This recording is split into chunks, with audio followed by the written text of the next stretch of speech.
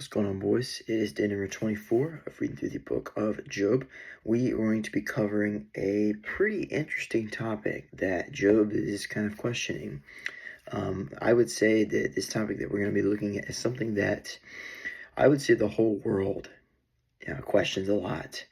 And I think it's one of the biggest reasons why people have a hard time, I would say, following God. That's kind of their biggest, turn off, like the biggest kind of, well, if this happens, why is this not happening? And I just have to say I guess you could say the biggest question that you could take from this whole chapter is about suffering. And, most of us, hear the word suffering, and most of us refer it to, us suffering through pain or suffering through a loss of some sort. And while that is true, the way Job kind of puts it makes it into a whole different perspective. I want to start off with verse 1, where he asks immediately two questions. He says, "Why does the Almighty not set times for judgment? Why must those who know him look in vain for such days?" So Job is questioning, why does God not act immediately to situations, and why does he allow suffering to take place? Why does he not immediately act? Like, he sees something go wrong on the world, yet he does nothing. And he allows this suffering to take place. These people who are homeless, and these people who are sick, and these people who are losing their families, Job himself.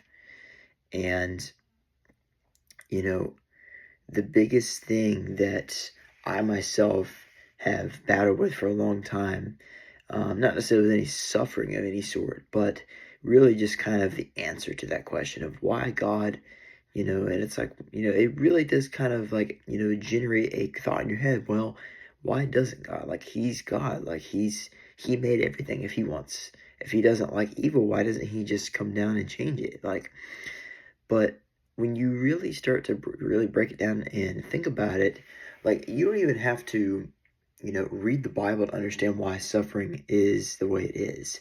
Suffering is a more of a common sense thing. And what I mean by that is that, sometimes we're just meant to go through, let's say tragedies, but just tough times, in other words, suffering, to make ourselves better and stronger, to help us learn a lesson that we may have done. So whether it's, you're talking with someone, you have a conflict, or maybe you fall into sin, maybe, for the guys, maybe it's you fall into lust and you feel like you need to strip everything away to prevent yourself from falling into that. Maybe you delete your social media, or, you limit the amount of time you spend on technology, or, you develop a great friend group, or you limit, how much you eat, you fast. So that's the reason why suffering takes place. And I really want to read verse 12, where Job kind of reads another part of it about those who are crying to Christ. And he says, "The groans of the dying rise from the city, and the souls of the wounded cry out for help. But God charges no one with wrongdoing." And it's that last part, he charges no one. Now, why does he not charge anyone for wrongdoing? These people have suffered, and you've probably been, cursing God for not providing them with the resources that they need, the money and the clothes and the shelter. Well, God doesn't charge you when you cry out to him, confessing to him what you need, because we can't do anything without God. We can't. There are certain things that we can think about, we think we can do, but in reality, we need God, because he created us, not vice versa. We are the creation, he is the creator. It's a one direction thing. Think of a one-way sign. It's pointed one direction for one reason, because it's meant to go one way. Traffic has to go one way. You can't go the other way because it'll screw up everybody else that's trying to go through. So it is a one-way scenario, a one-way relationship, where God is in control and we are the branches of the stem that he stimulates for us, that he generates to say, hey, you should do this. This is where you are. This is who you can be, or this is where you are. This is who you could be, and that's who you are going to be. Or maybe you're at a point now where it's like, well, that's who you could have been. You're at a low point. You're just like, well, that's who you could have been, and that that's who you are going to be if you continue doing what you're doing. And I love that, you know, through all the suffering that people will face in their lives, there's always a point where things turn around.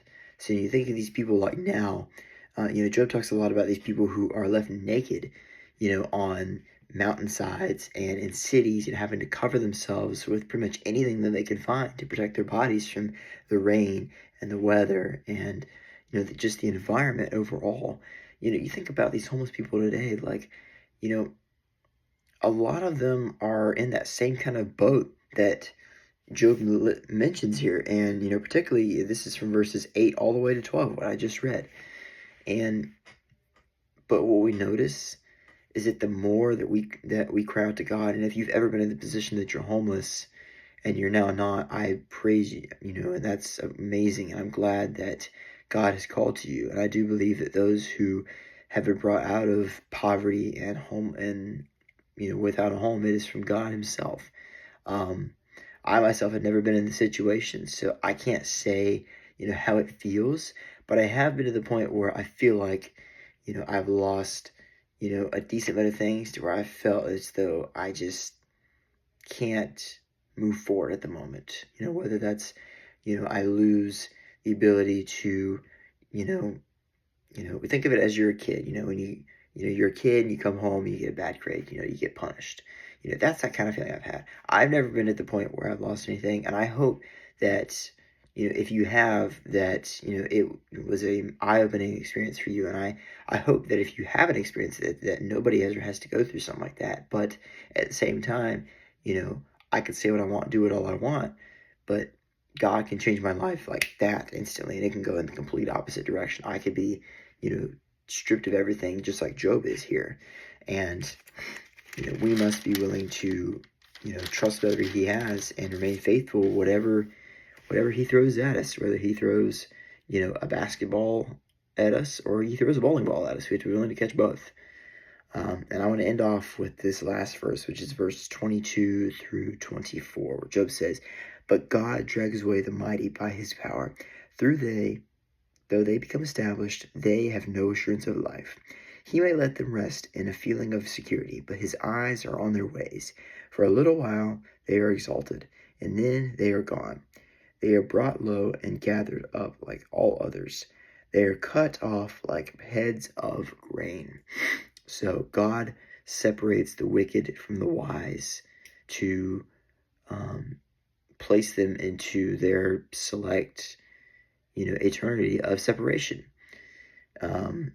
He says, you think about it, a lot of these people who seem, they don't follow God and they live in this perfect life. Like, yeah, they may live a good earthly life. They're living a good physical life, but spiritually, their spirit is not healthy. And that's where we must be willing to grow ourselves. While yes, it is good to grow our physical body, we can't grow our spirit by trying to grow our physical body first.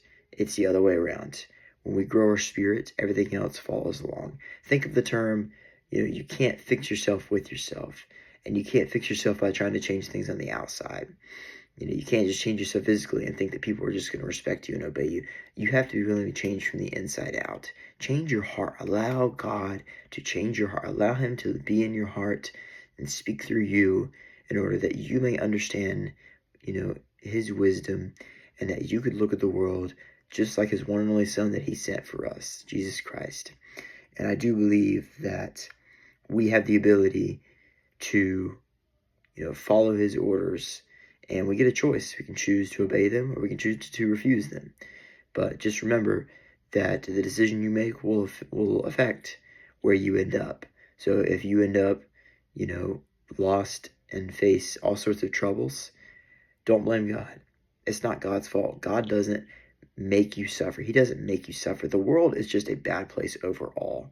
The world is just a hectic and, just destructive place full of people who have just, lost their minds, I would go to say. And it's all because of these negative thoughts that have been placed in our heads by the devil. And we have to be willing to differentiate them and learn that we are children of God and we have power to overrule the devil and his his army. We have to choose God's kingdom. And when we do, we see so many things coming to the light, so many things revealed to us that we couldn't see before because our eyes can only see so much.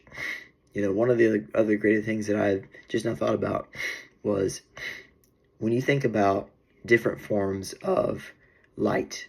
Light is composed of visual light, ultraviolet, radio waves, microwaves, infrared. There's all these different waves. But what's interesting is that our eyes can only see visible light. We can't see heat waves. We can't see sound waves. We can't see these micro frequencies. But through dedication and hard work, we can create things that do. And God will reveal things to us to look at it through a different perspective, because not all things are the way they seem when you look at it on your own and without any source from inside. Because when you look at it through your own flesh, you get an immediate thought of that's how it is, or I assume that's how it is. But when you have God in your heart, you look at it and you're like, that's interesting. I want to know more. But I want to know how that thing came about. And I want to hear that thing explained to me, or that person say something to me before I make my assumption of them. And that is the way we should go about life. And that is the end of today's word. I hope you guys are having a great week, and I hope to see you guys tomorrow. Peace out, boys.